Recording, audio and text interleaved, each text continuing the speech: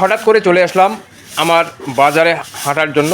তো এখানে দেখা মিলল সাদা মনের মানুষ, যিনি একাধারেই একজন হোমিও ডাক্তার হাফেজ মাওলানা শহীদুল ইসলাম, সেই সঙ্গে তিনি একজন পেশায় শিক্ষকতা, নবাগত শিক্ষক।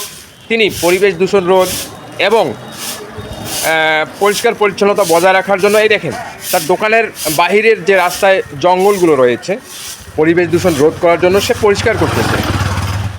আপনাদের মাঝে এই ভিডিওটি ধারণ করলাম, ভিডিওটি শেয়ার করলাম। এই দেখেন তার দোকানের থেকে 100 গজ দূরে এই জঙ্গলগুলো রয়েছে, সবাই যেগুলো রেখেছে সে জঙ্গল পরিষ্কার করতেছে। তার কারণ এগুলো থেকে দুর্গন্ধ ছড়ায়, মশামাছি ছড়ায়, এগুলো পরিবেশ রোধ করার জন্য। তো যাই হোক চাচা, আপনি এগুলো কী করতেছেন?